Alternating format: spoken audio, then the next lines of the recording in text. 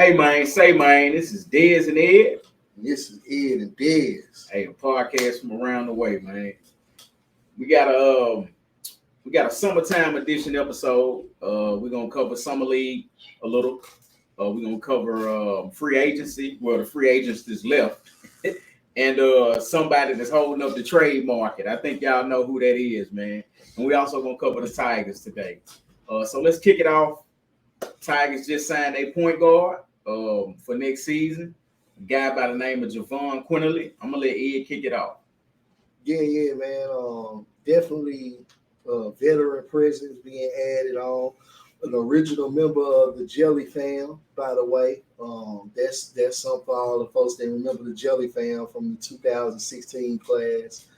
So that's one of those generational skill players. I'll say that about Quinterly. In terms of skill, this kid is one of the most skilled players of this basketball generation in the last 7 to 10 years or whatever. So in terms of the playmaking, the skill, finishing, all of it, bro is going to be a fool. He tore his ACL a couple years ago. So the quickness is not quite he's not an elite athlete by any stretch of the imagination. He's a crafty point guard, and I'm definitely excited to have him on the team. In terms of the defense, orange cone pretty much, but definitely a veteran presence. Part of those Alabama teams a couple years ago, they was a 1 seed, played in the NATO system, so well acclimated with their pro-style basketball and playing against the best competition and playing on the biggest stages, being the SEC and the NCAA tournament. But, yeah, man, definitely somebody I'm excited about having. What you think? I like Quinterly. It's like adding a veteran in the league to me. Right. The guy got game. Consummate point guard that happens to be able to score from time to time. He definitely gonna have the athletes to get the ball to. He the right type of point guard to bring in with these folks, because you really don't want a point guard that's attack with the roster that he built. From the big man that came over from Louisiana. Just everybody he got coming in. Yeah, Brown. Everybody he got coming in. Those guys are the guys that you rather go to anyway. So Quinterly can run the pick and roll. He definitely can set people up in fast break situations. And he used to playing with go-to players because he played with Brandon Miller. So he used to that. And James Bradley. Yeah, and so he definitely already has the pedigree to come straight in, step in, and do what they need to do to dominate the AAC. And Noah Clowney. I'm sorry. Noah Clowney. Yeah. So he, the guy got it. He got what it takes, and I look forward to seeing what it do. Plus the check cleared. Right. So that's why you hear it. Make no mistake about it. That's how college ball work now. When the check cleared, that's it. That's the only reason why you would leave Alabama, respectfully leaving the SEC and Roll Tide to come to Memphis, even though it's not the football program, it's still Alabama, and Alabama has its own pedigree or resume as far as basketball in itself. Well, one thing I can say about Alabama, the difference between Memphis and Alabama as far as basketball, the one thing Memphis got working for it versus pretty much every other college program that I know of is that you're playing in an NBA arena and you're going to be side by side with NBA players no matter what. Right. You're not in Tuscaloosa. You're not in Gainesville. You're in Memphis. You're going to see NBA All-Stars. You're going to cross paths with these people, and you're going to be around people from the city that was either in the league or still are or playing pro ball somewhere. Right. So this is a bad pro culture. Yeah, Memphis has that advantage in college basketball. Even though they relegate us to somewhere we probably shouldn't be, we still have that working for us in that we are one of the 30 largest cities in America, and it helps. It helps when you got those pro things. It don't help the football team necessarily, but it definitely helps the basketball team. So, shout out to Quinterly for coming here and we're gonna see how it crack out. Yeah, absolutely. I think it's I'm really excited about the kid because as far as the shooting, He asked that this a kid that shot like 37% this past season. I think he shot like 42% the year before. The last few games of the season, when he became the starting point guard towards the clutch part of the season, he was averaging like 15 points, like 5 or 6 assists a game. So he there's somebody that's bringing that pedigree, who's been to the second and third weekends of the tournament, been a number one seed, played with pro prospects, so he understands. Him just playing with 2 first-round picks this past season, Noah Clowney and Brandon Miller, he understands, playing with guys that's looking to take that game to the next stage. So definitely kudos to Penny, man, as far as making that move and shoring up that backcourt for this season. Indeed, man. Hey, shout out to the new University of Memphis Tigers point guard, yo. Next order of business. These national pundits talking about the Tigers and how we get slandered. We've been getting slandered for years, since before they fired Larry Finch at the hot dog stand, which was fucked up. But we Jeff Goodman. Oh, the King hater. Hey, Sean Rosenthal. Hey, listen. Goodman is the King Memphis hater. I done went back and forth with him on Twitter before. It was about like the Tigers going against Gonzaga in the tournament. I think maybe 2 seasons ago. Yeah, it was 2 seasons ago now. And he was just went on and on about Chet Holmgren. I was like, well, the refs called the game for him, in that Tyler Hansborough type way. We all know what happens in college ball. A lot of people get elevated for the politics of college ball, and then once they hit the league, we see what's really up. The NCAA can't protect you when you go to the NBA. And a lot of cats find that out. People like Jeff Goodman, people like Doug Gottlieb, the credit card thief, them type people, Self Davis, never really mess with them at all, man. Haters across the board. There's a couple of them that's all right. Shout out Dickie V. He always show love to Memphis. Peace to Dickie V, but I'm glad you mentioned it because he just announced he got cancer for the 3rd time. I think it's lung cancer.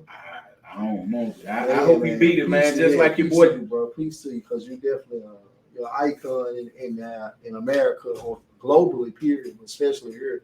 We all grew up on you, the diaper daddies, oh baby, PT Pill, yeah, prime time player. That's the guy, man. So with the national pundits, Memphis is out. Then you got some folks that stay neutral, like Kellogg. Like he always stay neutral. He keep it real about physical mismatches, things of that nature. But in college ball, man, guys always have biases, right? Mm-hmm. Like, and that's what the major networks, that's what they go off of. Like, that's how college basketball and college football are about being polarizing. Mm-hmm. So I'm not shocked that these people are polarizing to it. Memphis, like we villains to a lot of people, easy enemy to pick, type thing. Yeah. So all else fails, pick Memphis to throw your shots in. And it don't matter who the coach is, they still gonna catch their heat because that's just what they gonna do. They gonna come at our neck. And through the years, anytime we've come up short, we gave them something to celebrate. Like when Drexel beat Memphis when Lorenzen Wright was playing. That hurt my heart. But shout out to Lorenzen, man. Rest easy. Like, that's, pundits came at us then and said, they not surprised we came up short when Malik Rose them beat us. So it's something that's been happening. It's a history of it. We used to it. That's why we boo announcers in this city when they come here or give them the cold shoulder or whatever. So, it is what it is, man. They can hate all day. But it's on us to go out there and put the product out there that's gonna do it. It's gonna shut them up. Yeah, man. No, you absolutely right. I think with as far as the roster this year, even now you seeing what you talked about with how they can't wait for us to have a heartbreaking moment so they can feast on it. Of course, they did it with FAU when we lost to FAU late. So. My whole thing, as far as the team goes this year, I think this is gonna be all motivation. This is a national. You've heard, like, as far as some pundits, Like right now, I'm hearing pundits say without DeAndre Williams, Memphis is a top 30-ish team, which is crazy disrespectful considering how stacked and experienced this team is. And the coach itself, who has an elite defensive resume, if nothing else, and has been coming off of back-to-back tournaments, and he just finished top 25. When that final top 25 AP poll came out, Memphis was ranked top 25 for the season. Even though they lost in the first round, the polls are already out. They were top. They finished the season as a top ranked 25 team in America. So for them to still be pushing us down, and this team is way better than last year's team or this past season. Like this upcoming 23-24 team is way better than the 22-23 team. Far more talent, more size, better just all around talent, bro. Winners, guys that actually have experience winning. A lot of guys came to Memphis's team last year because they had never been to the tournament. Elijah McCadden, Keontae Kennedy, Kendrick, of course, the main guy. DeAndre Williams had been just there once, and he was one of the players already on the team. But considering all the years he had been here, but all the guys that pretty much came in last year, Kale, all of the guys that came in last season pretty much came mainly because the goal was to make the tournament, something they had never done. Well, this team is different. You got a couple of guys who made the tournament, and you got guys who, or at least one guy for sure, well, two guys who have an extreme amount of success. Javon Quinterly winning the SEC conference this past season. The year before being a 1 seed in the NCAA tournament. Then you got Jonathan Pierre, who has only lost, one game? I think it was over the course of 2 seasons. They went like 67-1, won the D2 national championship. So you got guys in this team. The difference is guys are coming here to win a national championship. They've already won before.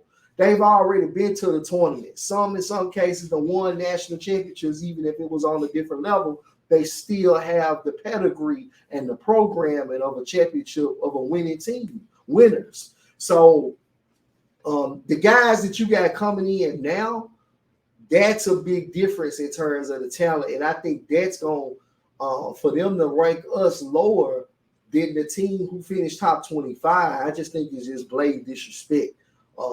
As far as I'm concerned, I think this team right now is top 15, top 20 at the worst. I would say 20. Somewhere in between 15 to 20. But if once they get DeAndre Williams, and we manifest as they are, and Don Jackson, shout out to attorney Don Jackson, who's Penny Hardaway's lawyer, and also he's DeAndre Williams' lawyer. He's the one been taking care of putting the appeal process together so that the University of Memphis can submit the appeal. They're going to allow him to do all of the legwork and putting it together to make it work, and then they're going to submit it.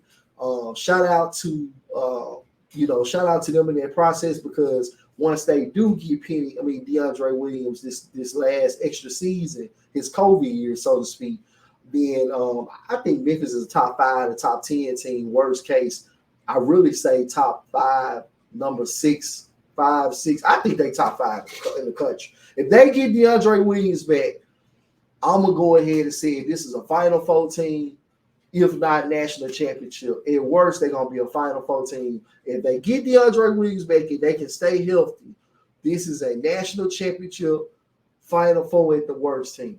I'm calling it. Stamp it. There you go, right there. Talk too long. No, it's hey, he's just letting the pundits know. That's all. We think very highly of ourselves, deservedly so. This time we're gonna touch on the Summer League, because Summer League has turned into a spectacle. Summer League is now covered by ESPN and NBA TV. Amazing thing. It's turning into something where people it's like a pilgrimage for basketball. Yeah, it's the summer get together. People from all over the country, It's almost like All-Star weekend. It's it's not. It's not. It's getting there. Yeah, right. You know what I'm saying? It's creating that type of vibe. You know right what? now. The fact it's in Vegas, it's cemented in Vegas every year. That's what's gonna do it, because you see that big ass sphere they put up with the big ball. Like that's crazy. I gotta go. I ain't been to Vegas in like 3 years, so I gotta go back. But yeah, that's nuts. Like, but with Summer League, I've been watching the Tigers. I mean, I've been watching. Well, I have been watching the Tigers actually, because there's 10 of them in Summer League. Right. So I've been paying attention to them guys. Shout out Lester Keone, because that boy been killing. Kendrick, James Wiseman, Duran, Damian Ball, a lot of kids. Ball, yeah. But with the Grizz, Elijah McCann. With the Grizz, man, we got the Royal Rumble, the Battle Royale. Landers Nolly, I'm sorry, I'm just thinking of all the guys. Keep naming you know what I'm saying? For you haters, by the way, they called our program poverty program. Ask yourself how many of your team got players in the summer league right now. How many players in this summer league came for your team right now? Because I just named six. It's 10 total. But yeah, my fault. But yeah, I just want to put that for the Hazy. You know who you are. With the summer league, I love it, man. The Grizz got a battle royale for small forward. So, that's going to play. I'm telling people, just wait these 25 games by Jai. One of them going to win out, right? They're going to have to. There's no choice. Summer League, I've also enjoyed watching Jarris Walker. Dude look like a defensive savant out there at times. And he's going to be playing with an extremely intelligent player and Tyrese on the same team. I'm telling y'all, watch out for the Pacers. They're going to be hell to catch on a random Wednesday night after 3 games. In 3 games in 4 nights, and Miles Turner, who I tell people he underrated. Outside, I know the injuries kind of thrown him out, but I mean, that Pacers team, bro. Yeah. You got guys like DeVoe stepped up with Portland Trailblazers after school went down. DeVoe basically earned himself an NBA contract, just going off on folks. Got to see Wemby out there. The first game was a little shaky. Second game, high percentage, 3 blocks. Rebound, like he looked like the number 1 pick. Brandon Miller been struggling. I think with Brandon, I was kind of iffy on him anyway, because to me he just didn't quite have the polish that I wanted to see from a sophomore. That had the type of buzz and hype that he had. I mean, of course, he's going to be far more efficient with LaMelo actually on the court creating for him, right? That's going to make life a lot easier. And Miles Bridges coming back. So, that'll make life a lot easier. But with Brandon Miller, I think this is you kind of get that glimpse of where he really is. Like, I don't think it's a fluke by any stretch of the imagination. I just went never that high on Brandon Miller. I know he had some big games. But and he might decide, he might pull through. I'm pretty sure, he probably will. But I personally just wasn't that big on Brandon Miller. Anyway, the fact that you mentioned, I wanted to definitely make sure that was out there. Now, as far as the Grizzlies summer league,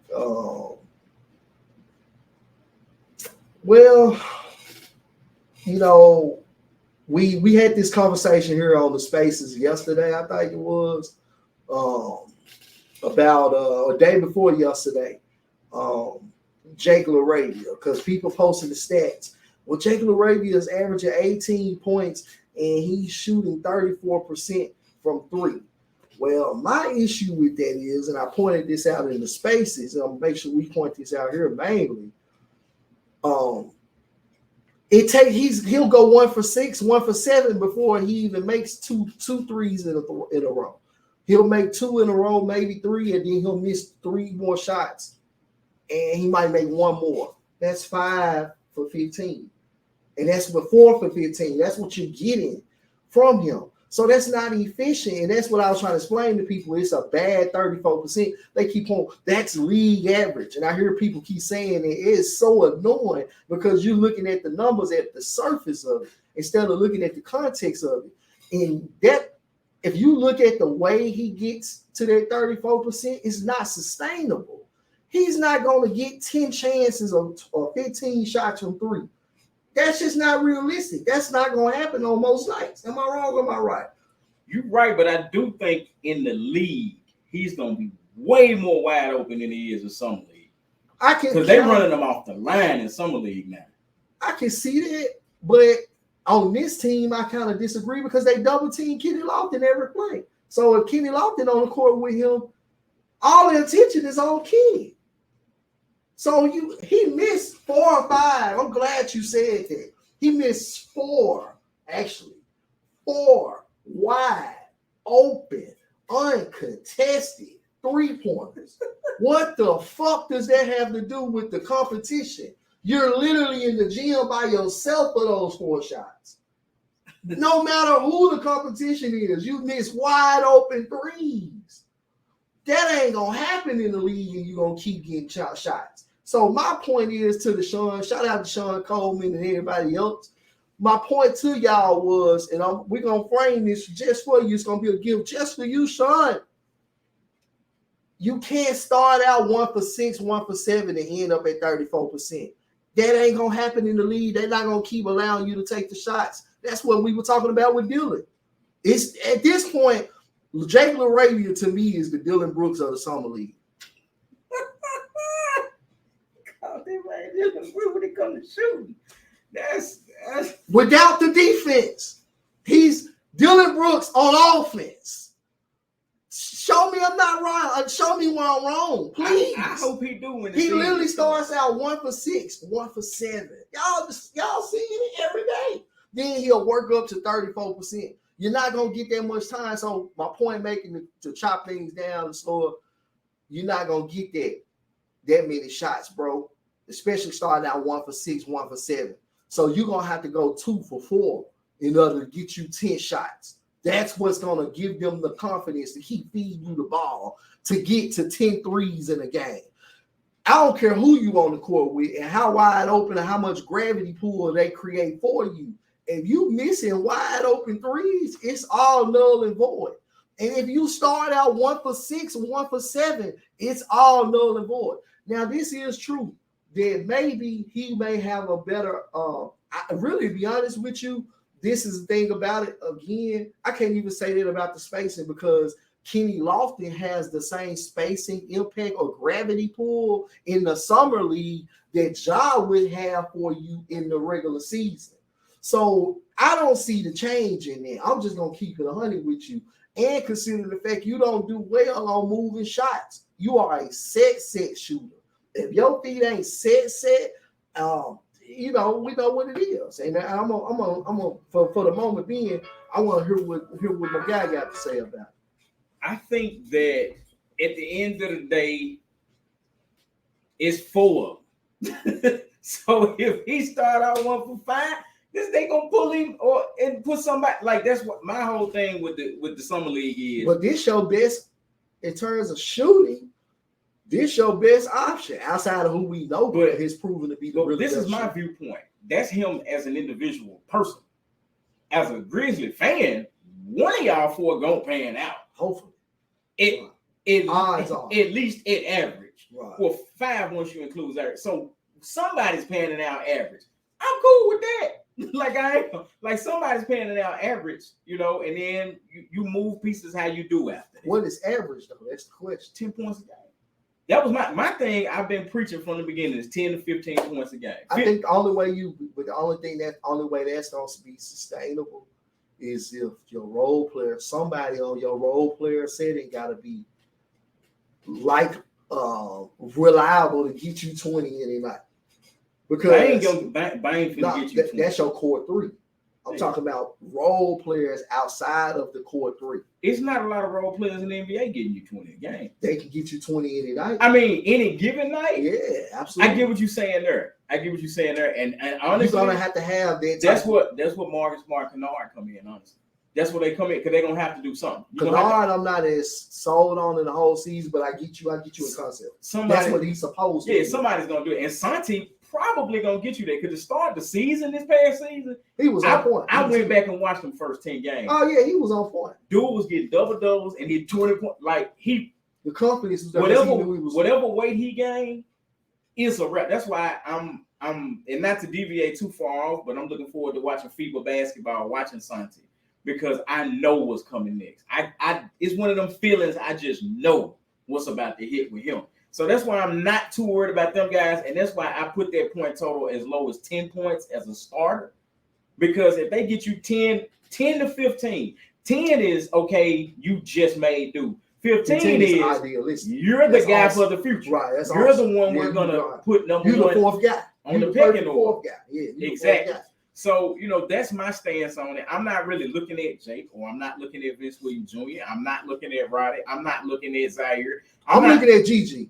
I'm not looking at Gigi either. I'm not yet, but I mean, I'm not holding him to the expectation yet. But ultimately, Gigi is why I got my pick out of the four. I mean, he's 5. From a natural talent standpoint, yes, he is, better than just naturally. I'm saying as far as who's gonna contribute right now. Right away, right.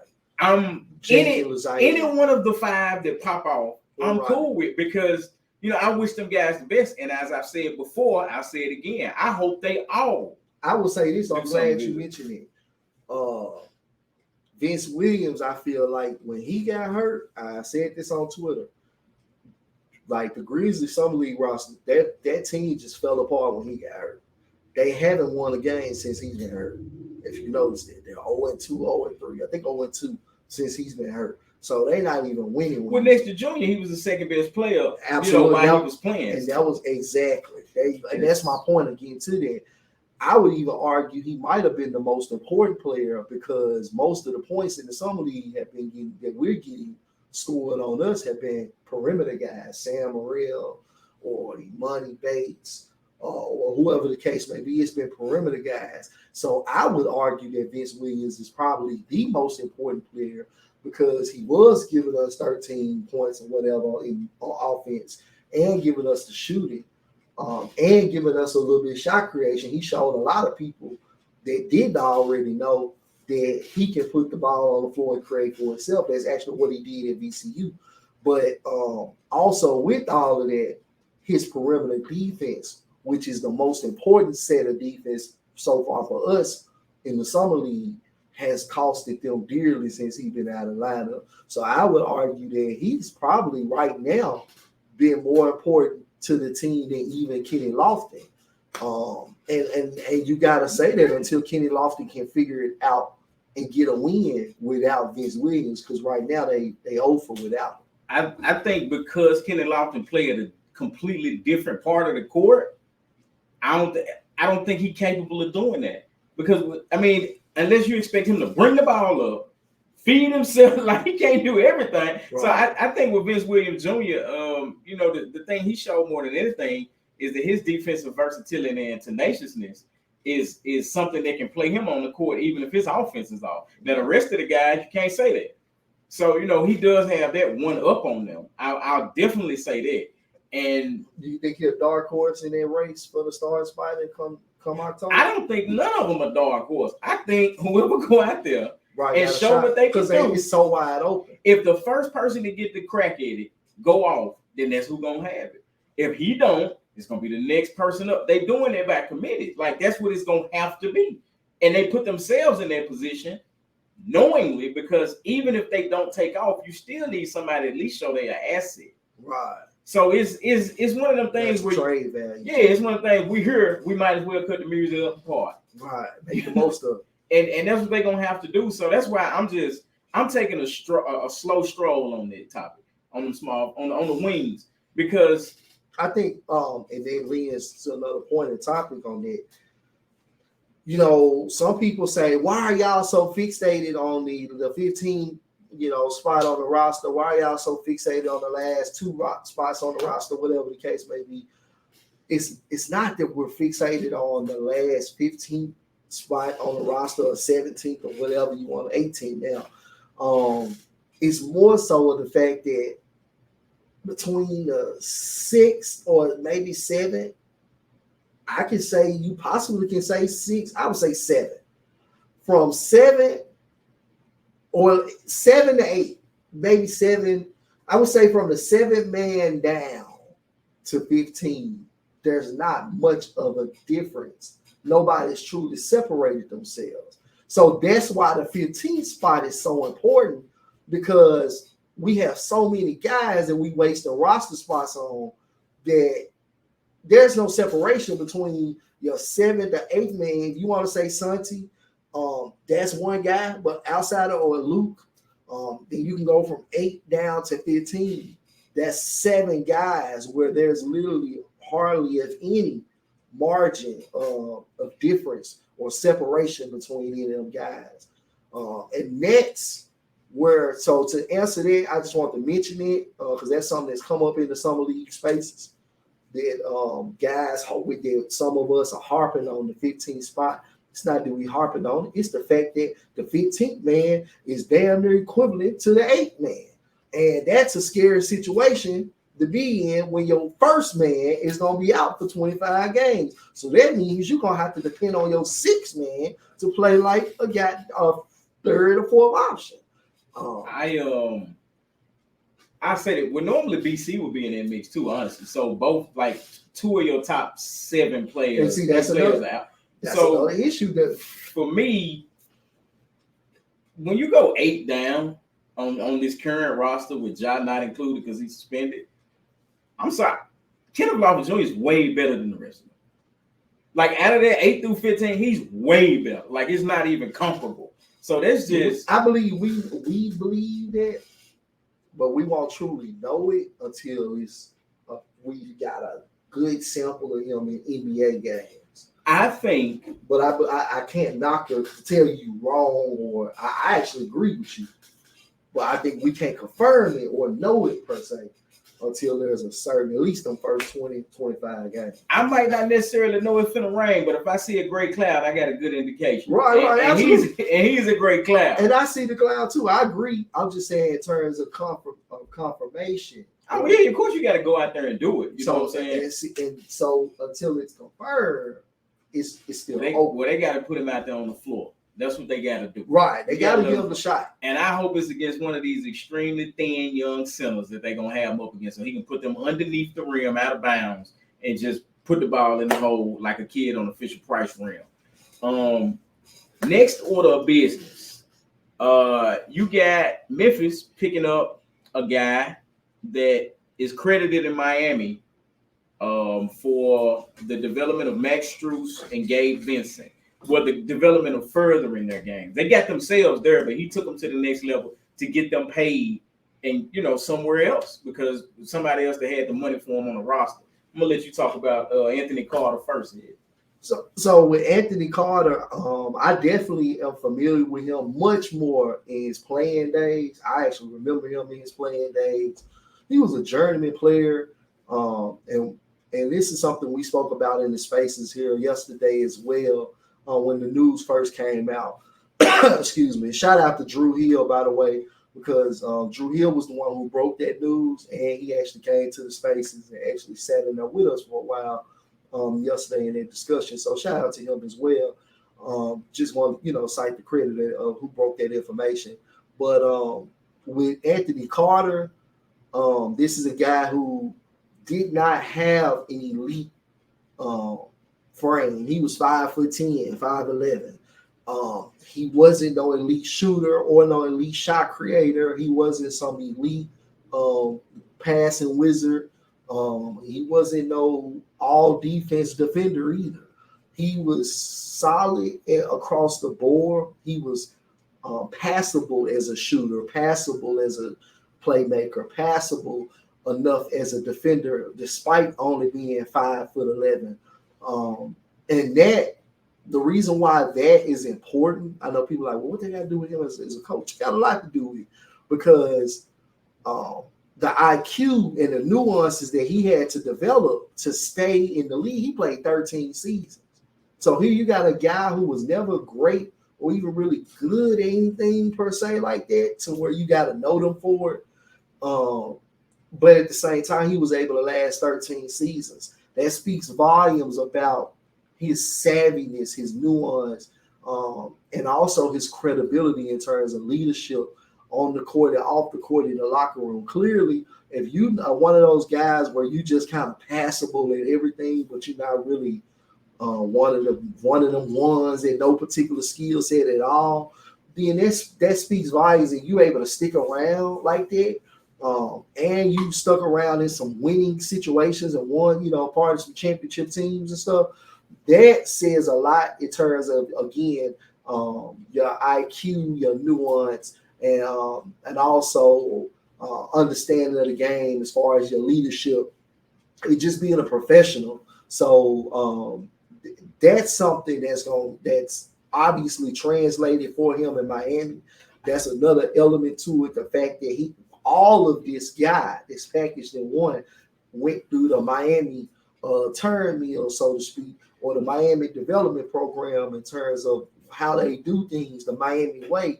So he has that pedigree as well coming up to get this spot. And I hope I don't say too much, but I'm going to say this. Obviously, I think he's going to be the second guy, pretty much like the associate head coach. Pretty much, he's going to be that guy that I think that if it don't work out with the guy, with your boy, TJ, Ted Lasso, Jenkins, you already got a guy positioned to be your next head coach to replace him. So you got your interim, your more than likely your next interim, at least interim head coach as well. But I think because they haven't even named the second assistant, the second guy to Taylor yet. When they named Patrick St. Andrews, he was just named assistant coach. There was no set particular title to that as far as context. So I'm thinking that was intentionally left over. And I can't see Anthony Carter leaving an assistant, as you pointed out already. He was already an assistant and player development guy.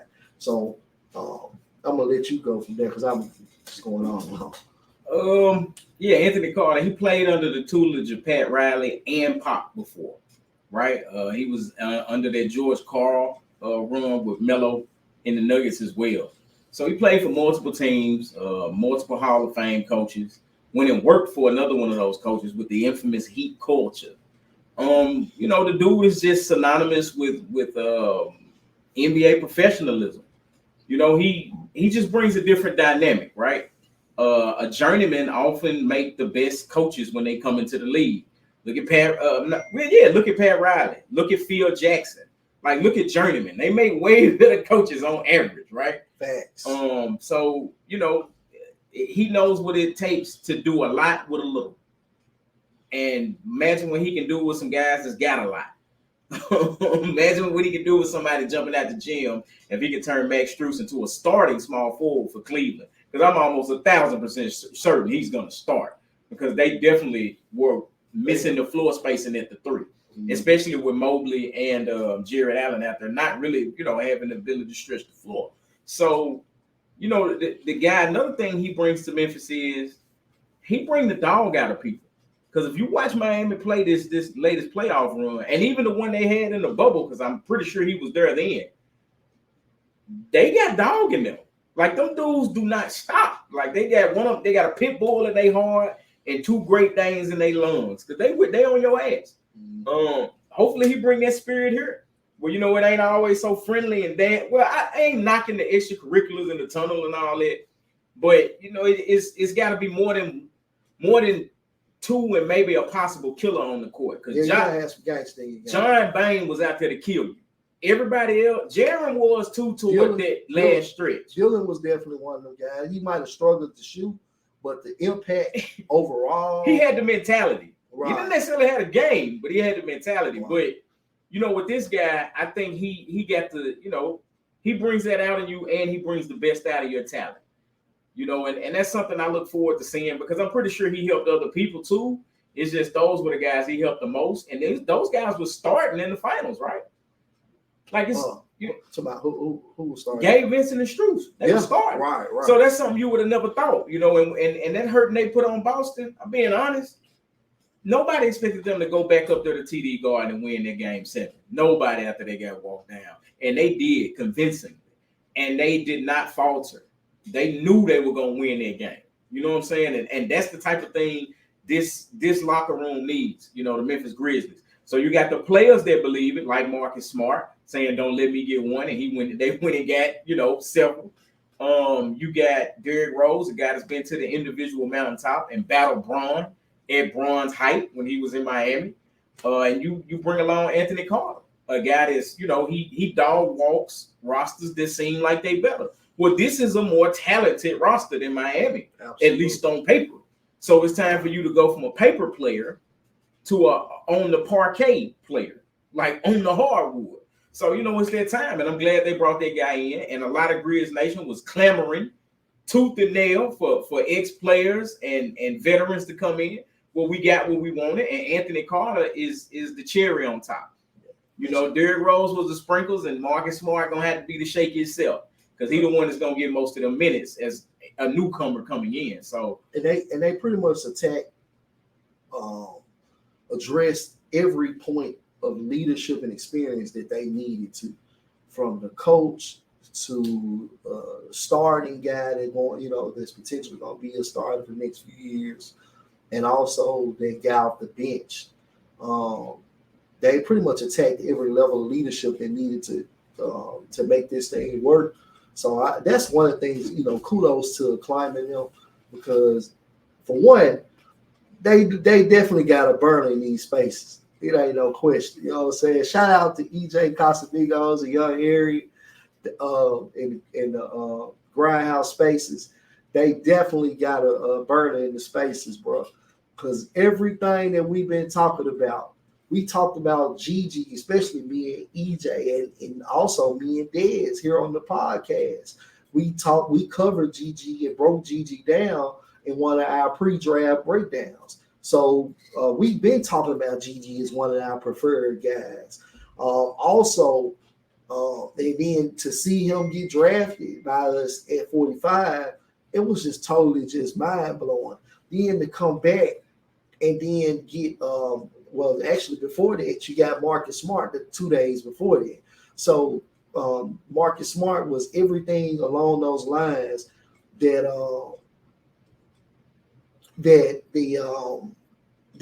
we pretty much was begging for. We wanted somebody that was scrappy, that was along the lines of Dylan Brooks, but with a little more on his resume, right? A little more accomplished, and they could actually give us a little more of what this team needs in terms of fit, playmaking, rebounding. Marcus, even though smaller, is a better playmaker and probably a better rebounder than DB2. So they addressed that. Then they addressed the Anthony Carter thing. And then also, of course, the Derrick Rose thing. Allowed Derrick Rose, said this in the spaces, man. I don't think, and I think they probably, because they are smart guys, and quit saying I don't think,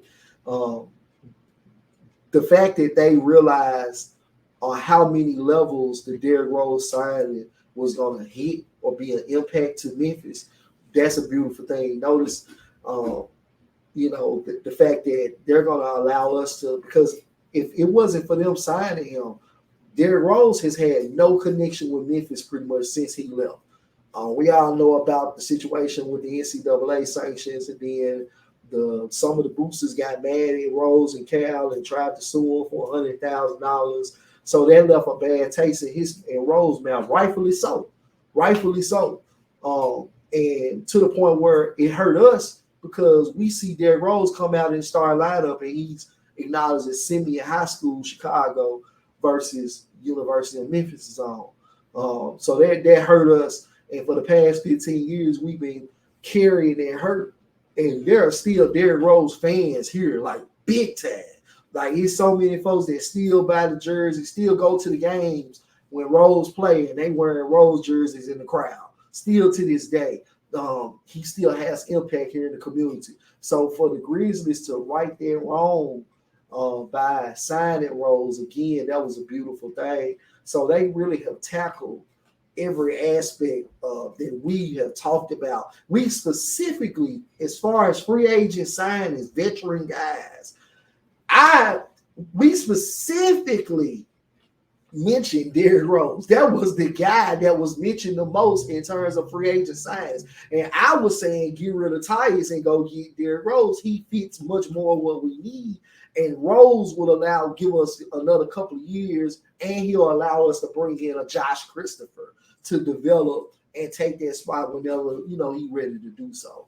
So yeah, man, the Anthony Carter signing, along with everything else, 1 + 1 = 2, and 2 + 2 = 4. And those 4 moves, bro, have just been awesome. Kudos to Climate and Memphis Grizzlies, Jason Wexler, for making that happen. Well,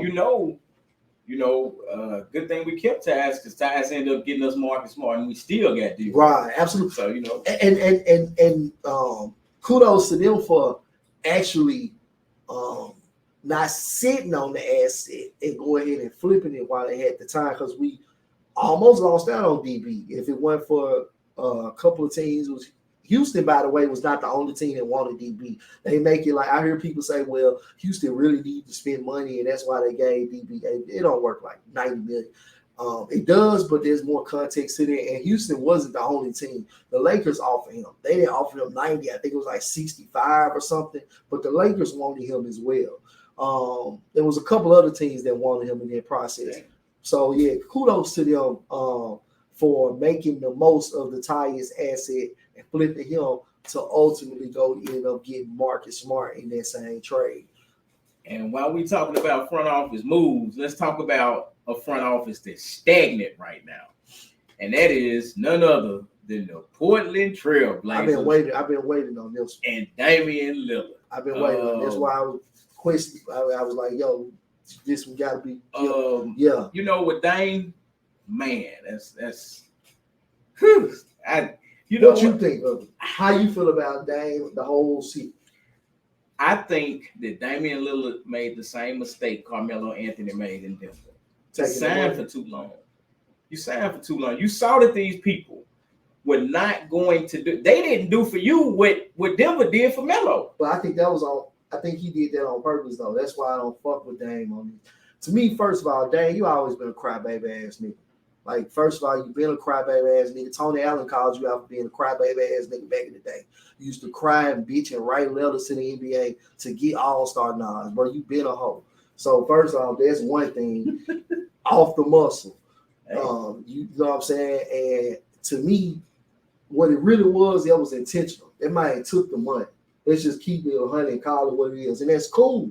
If that's what you do, take the money, right? You took the most money you can get every contract. That's what he did, bro. Every contract. You never saw Dame take a pay cut. Dame got the most he can get out of every max. Every time the CBA up the salary cap facility for max designations, he would come up and get the most he can get out of it in that seat, according to the CBA, every time. Even James Harden started taking less. You know what I'm saying? To get more. LeBron took less. Steph took less. All these guys that won that or been there to the finals at least took less. You know what I'm saying? Dame ain't doing that. You took the money, bro. Then you waited. I think that was all calculated, Dame. Call it like it is. You took the money. Then once you knew you had the money, you decided to demand out. Then that's cool, right? If you took the money and then said, I'm going to take the money, I'm going to get all the money, then I'm going to demand my way out. Okay, that's cool. I could even respect that. Then you went to the point of saying, all right, I only got one team that I want to go to. That's Miami. That's where the issue started for me in this process. For one, you only gave them one team. So you just killed you trying to, that purposely alone, killed your trade value, because all the other teams know he don't want to play for nobody but Miami. So there goes your trade value in terms of what Portland can get back out of all the money that they gave you. Even though you earn yours. But this is their right to cash in on their asset, bro. That's just how this shit works. And two, not only did you not give them at least 2, 3, I would say 5 options at least to be willing to trade to, you went behind the team's back. Went to all the teams and had your agent tell the teams not to trade for you. You were not going to report to camp. Like that's where I felt like you bit the hand that fed that's been feeding you all this time. They really sheltered you and took the blame for a lot of shit that really you never took no criticism for. I never hear Dame take criticism for being the reason why they never made it to the next level. It's always they got to go get somebody else, or I want to see more. It's always that. You don't really hear Dame come out and be like, bro, I can't say nothing about, you'll hear him loyalty, right? You'll hear that, but I don't even buy that because you knew the most money you can get was in Portland. So the loyalty coincidentally aligned with your pockets. So how much credibility do I give you for loyalty when your loyalty in this case aligns with your pockets, your best interest financially?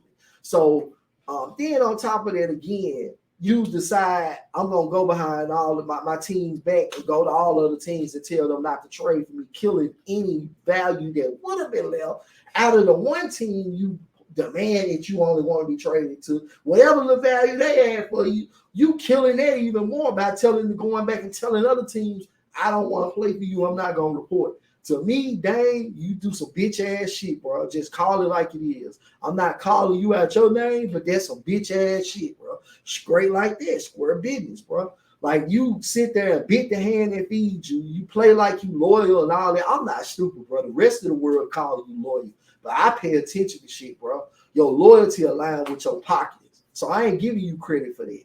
But at the same time, I would have respected it if you had been willing to compromise with them and say, look, if y'all got somebody that's offering you a king's ransom for me, damn, I got to live with that. I ain't going to knock y'all because y'all got to do what's best for y'all. I would prefer you trade me to these here little handful of teams, little few teams. But at the end of the day, I respect it. But for you to go behind their back and undermine their dealings, bro, it was just some whole shit. People speak about, and I'm one of those players, I'm very pro player in terms of dealings. I'm very pro having players having their freedom and being taking more ownership of the league that they pretty much ultimately create anyway. But at the same time, it's one thing to take ownership or to get your fair share of things. It's another thing to just be manipulative and be a snake about it. And that's what you are, dang. You've been a crybaby ass nigga your whole fucking career. Always crying and bitching about not getting all-star nods. Then you cry about whatever players ain't on your team. Bro, you just do whole shit.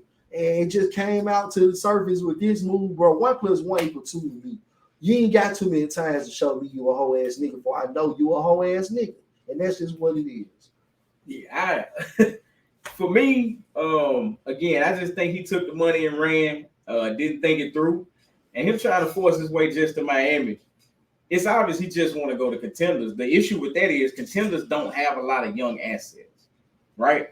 So that's why they're trying to get all these people to facilitate all these trades. Ring chasing. And that's why a team like the Grizzlies is out here getting trade exceptions from signing trades. They picking up multiple young assets because they don't want Dame. They want to help facilitate and see who else they can fleece. Right. That's what it is. You want to fleece somebody else.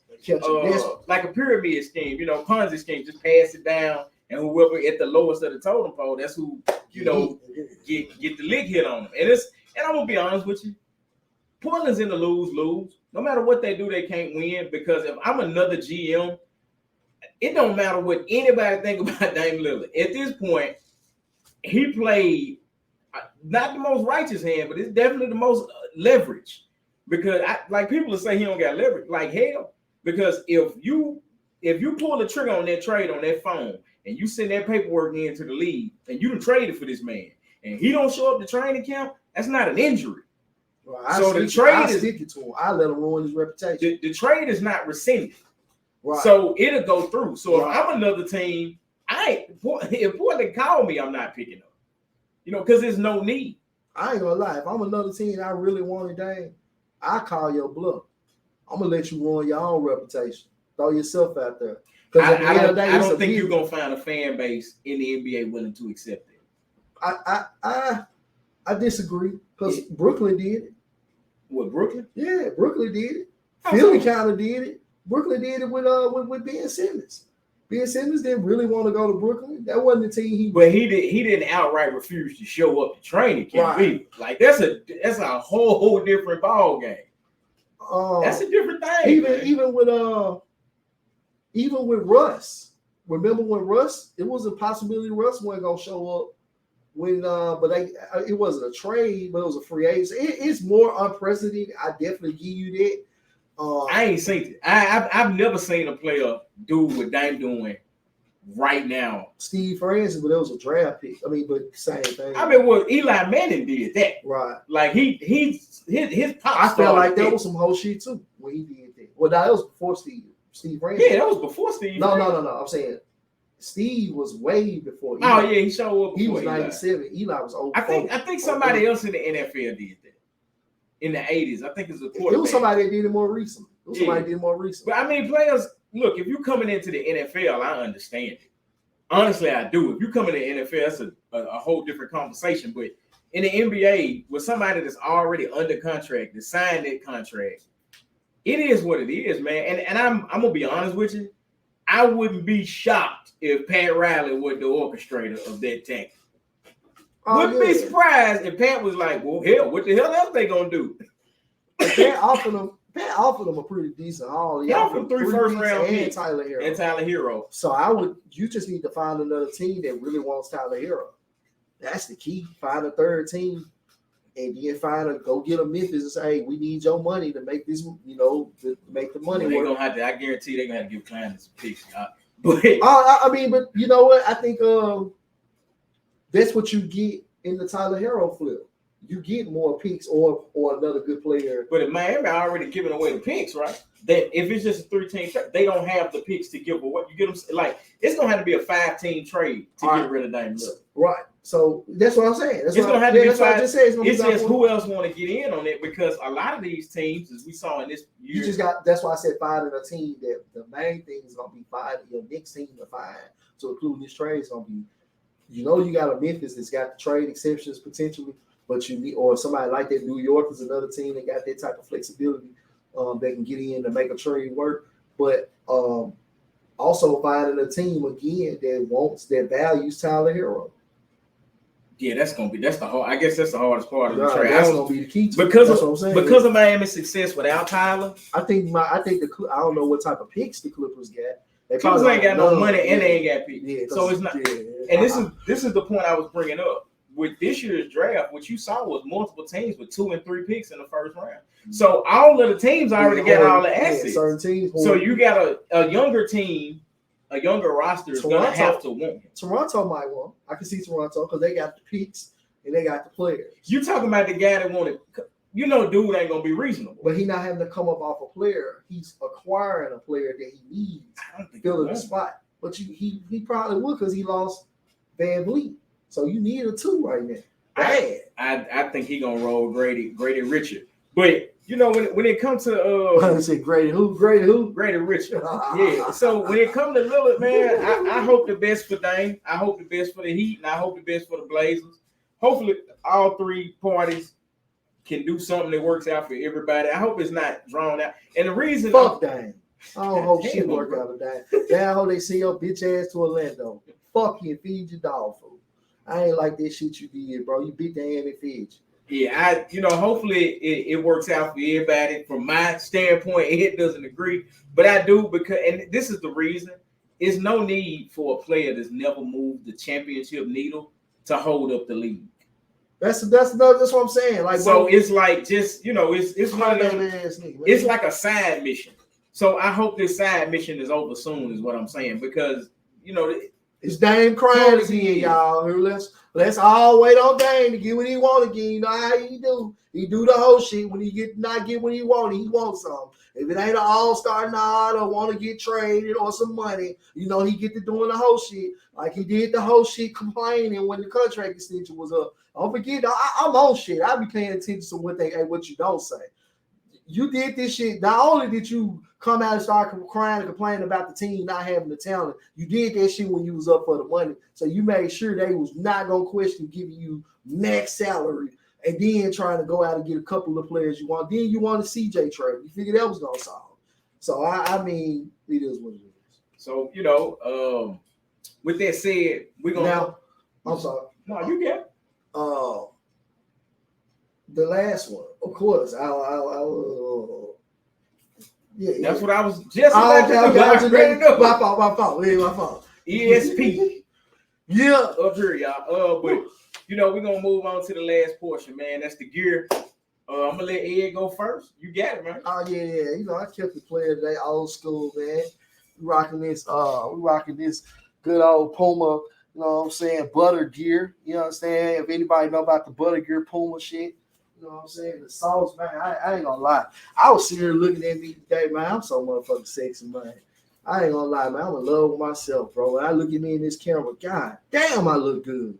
But I just had to put that out there, man. You know what I'm saying? And then, of course, for the sneakers, I kept it a buck with y'all. Hit y'all ass with some shit. I know y'all love these.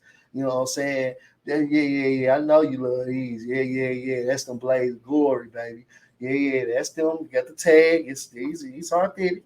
You know what I'm saying? Puma Blaze of Glory. Don't play no games.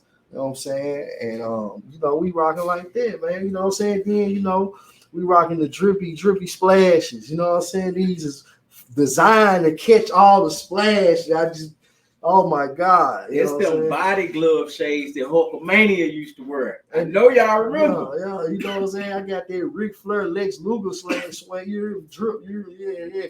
Woo! Can you dig it? Yeah, man. Styled by White Boy, man, from now Memphis. Shout out to White Boy for the shears and jeers job on the cut, man. Lowering my ears, man. My boy White Boy, man. Dig that. Well, I ain't get chopped. I need to. Shout out to Chris out there, and he's Memphis chopping, but I'm unchopped, so I rocked all black. Hold on. That's a good way. That's a damn good way to not come chop. That's all black Grizz hat. I got from Mitchell and Ness. I got the Just Let Your Soul Glow. I got the Soul Glow shirt on, baby. I want that hoe so bad. You see it sparkle? It looked like it's sparkling on camera. And I came old school too on the feet. I'm rocking the original red Chucks. That's what I got on, man. I'm stepping in Chucks today, man. So everything on me old school. Coming to America, original Chuck Taylors, throwback, Vancouver Grizzlies, all black Memphis hat. So, that's how we rocking today. You know what's funny? We were just on some old school vibe because, of course, if you know about the Puma Butter Gear line, this old school player shit. And then, of course, you know what I'm saying, the Blaze of Glory, them classics, you know what I'm saying? So we both was on some old school shit today, and then of course I'm always on some old shit with that wavy nouveau. Oh shit, let me stop and strike the pole. Yeah. There you have it, man. It's completely unintentional. I can tell you that because we both been very busy in our personal lives, so we had to scramble just to make this time. But with that said, this is Dez and Ed. Man, this is Ed and Dez. Hey, man, say, man, podcast from around the way. All damn day, don't play, get your shit straight. Shout out to the boy Gangsta Black. Indeed. And it's like that.